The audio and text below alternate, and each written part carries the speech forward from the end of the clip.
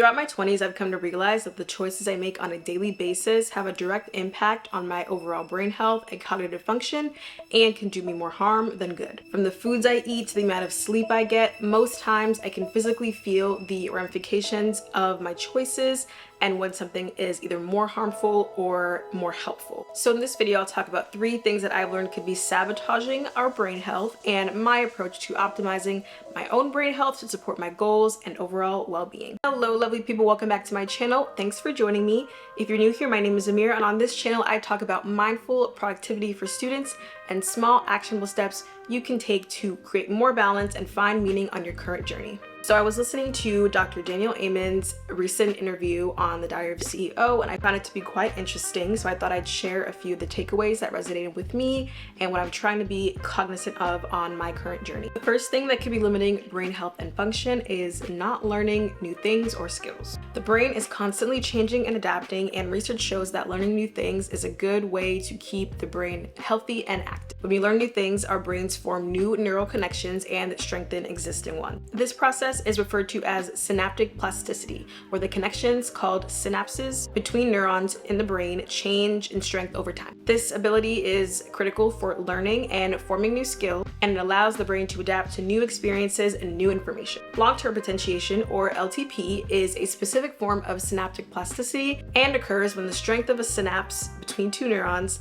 is increased due to repeated activation of the connection. There's a whole bunch of complex biochemistry going on, but the point is to keep your brain in shape, try to learn something new every day. This could be anything from learning a new language, to picking up a new instrument, to taking up a new hobby, or reading a book on a subject that you know nothing about. Even apart from being a student or having a job that allows me to build new skills, I like to use my hobbies to always keep learning and developing new skills. For the last 1.5 years, I've been casually learning French, which has been super fun and rewarding, and I'm almost always reading or listening to a book or a podcast or a YouTube video on a subject that I either know nothing about or something that I'm really interested in getting to learn. Learning from hobbies or pastime rather than more traditional structures is also a good way to keep things fun and engaging. The next on my list is loneliness.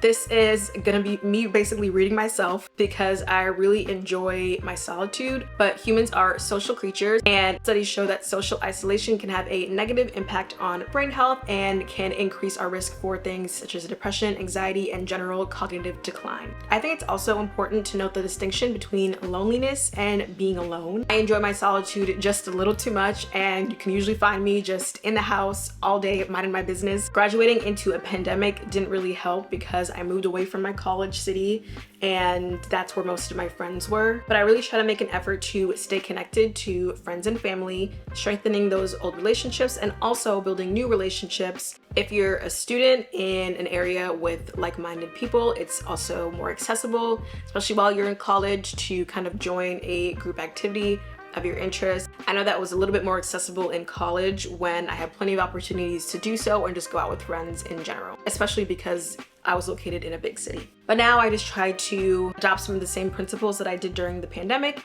and just periodically check in with friends, stay connected to family, just generally the people closest to me that make my day just a little brighter, most of the time. The third thing is inadequate nutrition. This is something that I've really been trying to focus on and tap into because I believe I can physically feel when my diet or what I've eaten just isn't meshing with my body and actually ends up making me feel worse. Like there are some foods that I know that, ooh, I eat this, I feel like really good after, I feel light, not bloated, everything just flows through as it should. And then there are other foods where I'm like, yep, I know in like the next 1.5 hours, I'm about to be messed up. My GI is about to be calling 911 basically. I'm not a nutritionist, but some things I like to keep in mind. I really want to make sure that I get my protein, which is essential for building and repairing tissues, enzymes, and hormones. I'm a pescatarian, so I personally like to go for things like fish, eggs, beans, lentils, all that good stuff. I also like to make sure that I'm getting my carbohydrates in, which honestly isn't a problem because I love me a carb, but I'm trying to focus on more complex carbs and less simple carbs. So I personally like to go for things like fruits, veggies, brown rice in moderation, sweet potatoes, things like that. Same thing for fiber. I've really been trying to tap into my gut health, so I try to optimize for fiber, also found in fruits and veggies, nuts and seeds, just things that are really good for maintaining the integrity of my digestive tract and kind of letting things move through and eliminate all those toxins. I know that getting a good source of vitamins and minerals, both from supplementation and my diet, is essential for my body functions like energy production, immune function, blood clotting, bone health, etc. And a key nutrient for optimal brain health is getting an adequate amount of omega-3 fatty acids, which is important for brain and heart health. Sources include fatty fish such as salmon, mackerel, and tuna. You can also get these from seeds like flax seeds, chia seeds, and walnuts, which sadly I can't eat because I'm allergic to. So currently my goals are really just striving to have a balanced diet, which I'm doing a pretty good job of. It's just the sugar just really gets me. I love chocolate, but I'm really trying to switch out like my more milk chocolates and go for more like earthy, like dark chocolate. I studied neuroscience in college, and what fascinates me about the brain is these physical biochemical mechanisms that coincide, that become the architect of these more abstract psychological cognitive functions. So I've been increasingly interested in learning how my behaviors and decision making is shaped by these physiological mechanisms, as well as ways that I can better optimize for better outcomes by kind of like hacking my brain almost. I'm also thinking about the 4 areas that Dr. Amen mentioned on his episode, which are biology, paying attention to my physical functioning, and making sure that I'm doing my best to optimize for that, whether it be adequate nutrition, getting my sleep, getting my exercise. The next thing is psychology, paying attention to how my mind is working, my thoughts, what I'm letting in. I'm basically just managing my mind and my mental health. Next thing is my social life, just making sure that I stay connected to friends and family. And also one of my goals is just to continue growing in my relationship with my partner and just making sure that that's a healthy, loving, conducive situation to be in, and just moving forward with those intentions of keeping him and also the rest of my friends and family close to me. The last is the spiritual aspects of my life, so just making sure that I'm connected to my sense of meaning and higher purpose, connected to a higher power. I know that people connect differently to their spirituality in different ways, but just making sure that we're connected to at least just intrinsically what keeps us going and motivated, what keeps us aligned with our highest morals and values.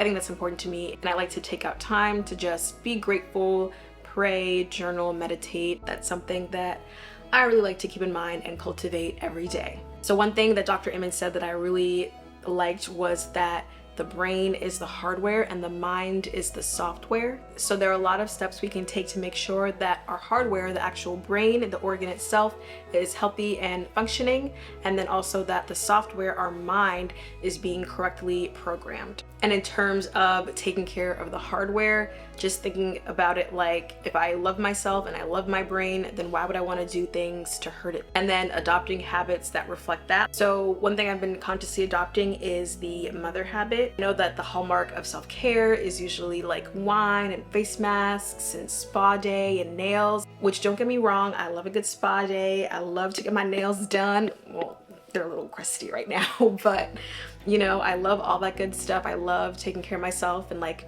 resting in my feminine when needed to.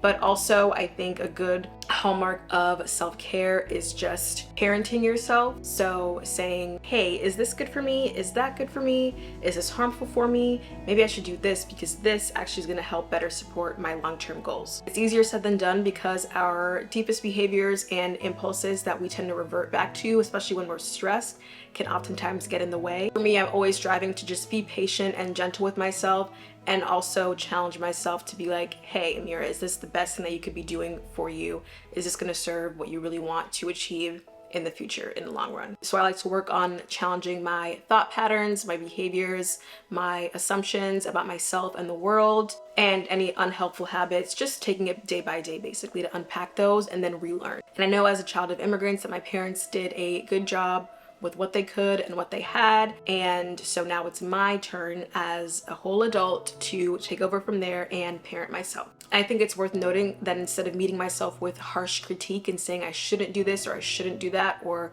I'm this or I'm that, just doing away with all that negativity and instead just treating myself with love and acceptance and just simply asking myself gentle questions, gentle thoughts. hey, is this good for you? Hey, isn't? And then answer myself back with love. So those were my general thoughts on this subject. If anything resonated with you, or if you have any hot takes or disagreements with any of what I said, I'd love to know and start a conversation in the comment section. If you're still here and like this video, then maybe you'd be interested in seeing this video where I share 5 science-backed tips to calm an overactive mind. As a chronic overthinker, I've really tried to do my research into this and figure out what is the best strategy for me to calm myself down and keep myself from getting too anxious when I start to overthink. So in the meantime, check it out and I'll see you soon. Bye.